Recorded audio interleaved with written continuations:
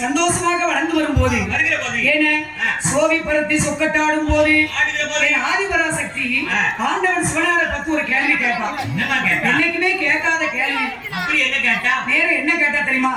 நேர பகவான் முன்னால வந்தா ஜூம் பண்ணாம கூட்டத்தை சிறப்பாக இருக்கும் போது அதே நேரத்துல அதாவது இப்ப வந்து